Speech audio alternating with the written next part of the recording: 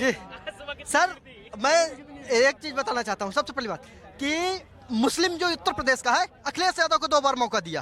अखिलेश 17 में दिया, 22 में दिया। अखिलेश यादव मुसलमान, यादव 24 में दिया है ना, 24 में दिया। आप अखिलेश यादव और मुसलमान बस से सरकार नहीं पलटी जाएगी। ये बात मुसलमान समझ सका। यदि मुसलमान दलित का साथ दे दे, आज सत्ता पलट जाएगी। बिल्कुल हिस्सेदारी के साथ आज मुसलमान यदि बीएसपी में आ जाए, मैं आपके चैनल के माध्यम से बताना चाहता हूं और रिकॉर्ड कर लीजिए, यदि मुसलमान बीएसपी में सीना ठोक के आ जाए, आज सत्ता पलट जाएगी और बीजेपी तीसरे नंबर पे चली जाएगी। बीएसपी और 50% के पार पहुंच जाएगी। 50% पर सपा और बीएसपी की लड़ाई हो जाएगी, सिर्फ दलित। अरे मैं ये जानना चाहता हूँ कि बहन जी की अब तक की भूमिका जो रही उसको हटा दो। आपको आगे लगता है कि बहन जी को बदले तेवर और कलेवर के साथ आना होगा? देखिए सर, मैं आपसे कहूंगा कि पीछे क्या हुआ ये मुझे नहीं देखना। 9 अक्टूबर को बहन जी ने साफ बिल्कुल कह दिया कार्यकर्ताओं को कि अब मैं आपकी 27 में पूर्ण वो जी जान लगा दूंगी। हर फैसले पे मतलब वो इतनी सक्रिय रहे इस बार कि कार्यकर्ताओं को उन्होंने एकदम से एक्टिव कर दिया इस बार। तो इस बार कार्यकर्ता भी देख रहा है कि बीएसपी को मौका इस बार मिल सकता है, क्योंकि अखिलेश जी को मुसलमान ने 100% वोट देख लिया, लेकिन अब उनका मुसलमान यादव वोट है वो भाजपा में चला गया हिंदुत्व के नाम पे, तो उनके पास मुस्लिम के अलावा कुछ वोट नहीं बचा। अब बहन जी के पास 25% प्लस 20% और प्लस अति पिछड़ा वर्ग, अगर ये वोट आ जाएगा तो बहन जी का वोट परसेंट 50% चला जाएगा। यही कारण है कि भाजपा हमेशा अपने अपोजिट में सपा को दिखाना चाहती है, ना कि बसपा को। उनको पता है अगर बसपा को अगर दिखा दिया तो बसपा 50% प्लस चली जाएगी।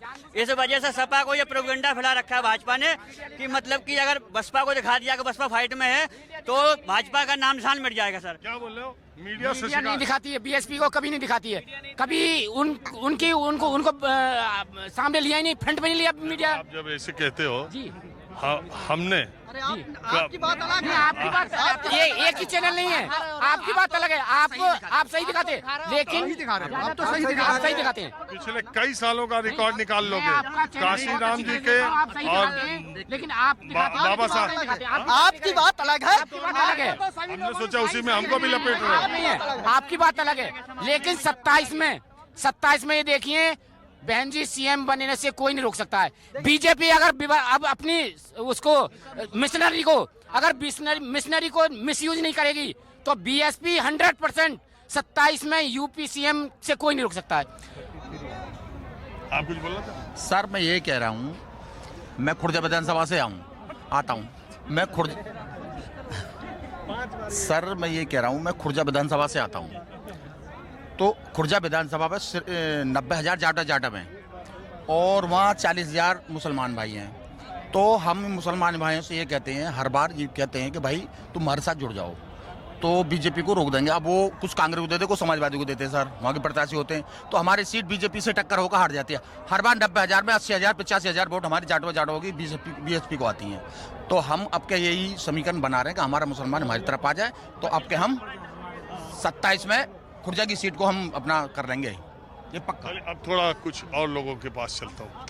इसमें दो राय नहीं कि बहन जी के साथ बहुजन समाज पार्टी का कैडर, उनके समर्थक, उनके कार्यकर्ता उसी निष्ठा, उसी समर्पण के साथ अभी तक जुड़े हुए हैं। राजनीतिक नफा नुकसान या चुनाव में उनकी पार्टी का प्रदर्शन भले लगातार गिरता जा रहा हो, लेकिन पार्टी के कार्यकर्ताओं में 9 अक्टूबर के बाद एक अलग तरह का जोश और जज्बा दिखाई दे रहा है। 2027 के चुनाव बीएसपी की राजनीति को बहुत हद तक भविष्य की तय करेंगे। दूसरी बात यह है कि इस देश में इन दिनों राजनीति में अपने पूर्वजों का के बारे में कुछ भी कह देना एक फैशन सा चल पड़ा है, लेकिन बाबा साहब अम्बेडकर भारत की इतिहास में और भारत की राजनीति में एक ऐसे शख्स हैं जिनके बारे में अगर आपने एक शब्द भी बोला, मैं हमेशा कहता हूं कि पंडित नेहरू के बारे में, राष्ट्रपिता महात्मा गांधी के बारे में आप इधर उधर की बातें करके राजनीति कर सकते हैं, लेकिन बाबा साहब अम्बेडकर एक ऐसे शख्स हैं जिनके बारे में एक शब्द भी अगर किसी ने इधर उधर बोला तो उसकी राजनीति के दुकान का शटर हमेशा के लिए बंद हो जाएगा। और बाबा साहब अम्बेडकर ने भारत के शोषित, पीड़ित दलितों और समाज के सबसे नीचे की पीढ़ी के लोगों के लिए जो काम किया है और संविधान के जरिए जो उन्होंने लोगों के जीवन में आमूल चूल परिवर्तन किया, उसके बाद मान्यवर काशीराम ने उनके मिशन को आगे बढ़ाया और मायावती उसको बहुत आगे तक ले गई। देश का दलित अब एक ऐसे दोराहे पर खड़ा है जिसे उसे समझ नहीं आ रहा कि उसके भविष्य की राजनीति का रास्ता किधर को जाएगा। कुछ और लोग हमारे साथ हैं। सर, मेरा नाम प्रशांत कुमार है। हाँ, बोलिए। मैं बोलना चाह रहा हूँ कि जो हमारी पार्टी है ना, पार्टी को जो सभी लोग हैं, जहाँ मतलब घटनाएं होती हैं वहाँ जाना चाहिए, उससे लोग जुड़ते हैं। ये मेरा मानना है, ये कमी है थोड़ी पार्टी के अंदर। हाँ, मैं ये आगे सवाल आपसे पूछ रहा हूँ। चंद्रशेखर है, अकेले दम पर नगीना सीट बीएसपी का कैंडिडेट इतनी कम सीटें पाएगा और चंद्रशेखर 1.5 लाख वोटों से जीत जाएंगे। ये करिश्मा उन्होंने किया है। जो अभी आपने कहा वो जगह जगह बीएसपी, मुझे लगता है सर, वो हर जगह पहुंच जाते हैं चंद्रशेखर। तो आने वाले चुनाव में बीएसपी के वोटरों में बिखराव, चंद्रशेखर का कुछ उठाव आप देख रहे हैं क्या? नहीं, उनका तो नहीं है, लेकिन मायावती हमारे लिए बहुत है। ये हमारे लिए मंदिर बना दिया है, जहाँ हमें घुसने का मौका नहीं था, ये हमारे लिए है।